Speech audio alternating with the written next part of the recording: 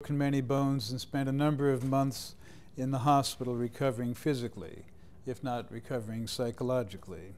She had worked at several jobs but had always lost them due to actions that were viewed as bizarre and idiosyncratic. For example, writing strange notes in the margins of memos and verbally attacking her superiors. Her history, as given by Daphne, her husband, and her retiring psychiatrist, revealed periods of pressured, manic-seeming behavior accompanied by or alternating with profound and severe depression. She was diagnostically considered to be somewhere on the bipolar spectrum of manic-depressive disorder, but couldn't be contained by the medicines currently available, including lithium.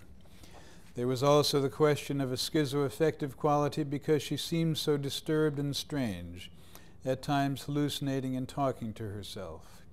Combinations of antipsychotic, anti-manic, and antidepressant drugs had proven of little value. Shock treatment had been a failure. In my first interview with Daphne, it was clear that she was distracted, both physically and psychologically. She often looked beyond me, through me, or over me. I asked the obvious question, "What are you looking at?" She didn't answer, but did say that she was surprised that I had asked later on. Her previous psychiatrist didn't ask about it. When someone stares off into space, I immediately think it likely that they have an imaginary reality to which they go if life is painful, stressful, or difficult. Perhaps Daphne, too, lived in an unseen inner world much of the time. If so, it was unlikely that she would volunteer anything to me about it, even as to whether or not such a delusional reality existed. I noted it, and from time to time over the first few months of treatment would say something like this: "You seem to be looking at something, maybe even communicating with something. Care to tell me about it?" I wasn't at all surprised or put off by her non-response or by her denials that she was looking at something. I was simply trying to establish a beachhead by stating the obvious in an attempt to get her to start to observe herself. My hope was that telling her that she seemed immersed in something, perhaps in an inner world, might gradually lead to her telling me the contents of this inner world. After all, if it was not really a secret that she was off in her own reality, perhaps she could begin to disclose her internal preoccupations to me. These things are often so obvious because several months later, during a family interview with her husband and children, they all said they had noticed such behavior for years. According to one child, who was by this time an adult, Mom often looked like she was talking to someone, and had done so for as long as the child could remember. Delusional people, like the rest of us, are often ambivalent. Daphne was no exception. She wanted to keep her delusional world a secret, but she also wanted to talk about it to someone since it was so important to her. She kind of knew it was strange, so had only once told anyone anything about it. The results were unsettling, so she had continued to keep it her secret. She later told me that she had revealed to her beloved previous psychiatrist, again a very highly trained psychiatrist, that she had a friend named Mary. And he had said something like, "Well, express Mary, show me Mary." She proceeded to pummel him. They both were so shaken by this experience that they both left Mary alone thereafter. He because he felt that Mary was more than either of them could handle, she because she didn't want to attack her beloved psychiatrist again. He should have inquired more about Mary and her origins, rather than just try to have her express Mary, as she did.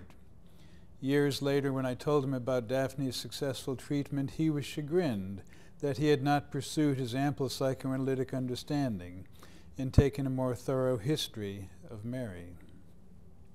It is much more dangerous to ask the patient to express the inner being rather than to ask the patient about the inner creation and its development, in hopes of aiding the gradual beginning of a little perspective and distance from it.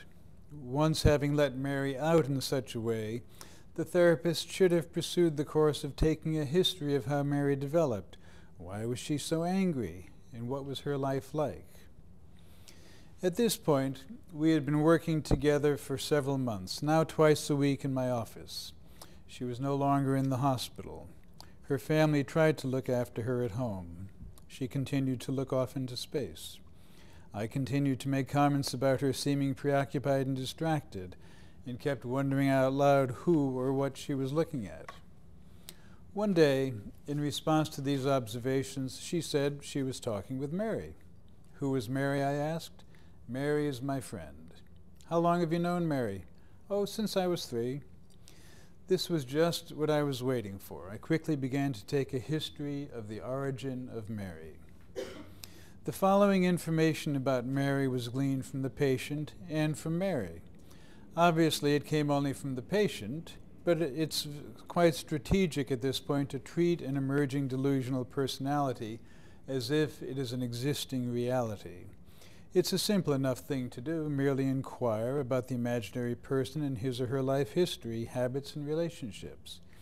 By my treating this imaginary being as if it were a real person, the patient, the only one who is really talking to me, does not feel affronted and brings up material that might otherwise go underground. And the history that came up was as follows. When Daphne was 1.5 years old, her mother gave birth to another daughter. Daphne's mother was very mean, depressed, and withdrawn much of the time, and seemed to Daphne to squander what little positive energy she had on the newborn sister. By the age of 2.5, Daphne hated her younger sister. She remembers being on the front porch with her sister in a baby carriage. All of a sudden, an older girl appeared above Daphne's head and told her to push the baby carriage off the porch. This older girl would eventually be named Mary. Needing little encouragement, Daphne pushed the baby carriage off the porch while holding on to it, with the result that she, the hated baby sister, both went screaming, crying, and crashing down the hill. Inexplicably, Mary flew over them both, laughing away. For this, Daphne was severely punished by her mother, and not for the first time. By Daphne's account, her mother would often keep her in a closet for days with little food, water, sanitation, sometimes beating Daphne.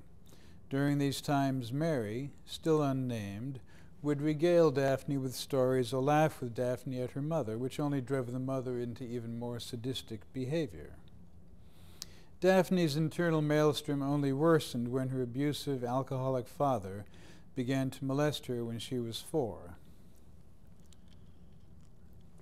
She would go off and play with her friend in the air while her father heaved away on the bed. That was when a new being emerged, the girl. It was the girl who cried and sobbed and took both parents' abuse, while Daphne and her friend, soon to be known as Mary, would gleefully play in the air looking down at the painful things happening to the girl. Sexual abuse by the father continued into her early 30s, well past the time that Daphne married. Being so frightened of him, she couldn't deal with her father's abuse. Instead, she would dissociate, psychologically removing herself from the girl to whom these things were happening, and finding refuge by immersing herself in a joyful life with Mary. This unnamed imaginary friend took on a name when Daphne was 5. Daphne and an actual friend named Mary were playing with matches and started a fire which consumed much of the town in which she lived. Her parents used this as further proof of Daphne's badness and forbade her ever again playing with her real friend, Mary. No real loss to Daphne, though. She simply gave her imaginary friend the name of her banished friend, Mary. Like her lost friend, Mary had blonde hair and blue eyes, while Daphne was a brunette with brown eyes. Mary was always 1 year or 2 older than Daphne until she, Mary, reached 18. At this point, Mary stopped aging. Within 2 years, Daphne caught up in age to Mary, even though Daphne was in her 50s when I first met her. Mary was still 18. Together, the two of them did a lot of zany, energetic, and giddy teenage things. Mary was very assertive. Daphne felt that she was not. What looked like the interaction of polarities, sometimes enthusiastic, sometimes depressed, was in fact immersion in and acting out of the delusion of Mary.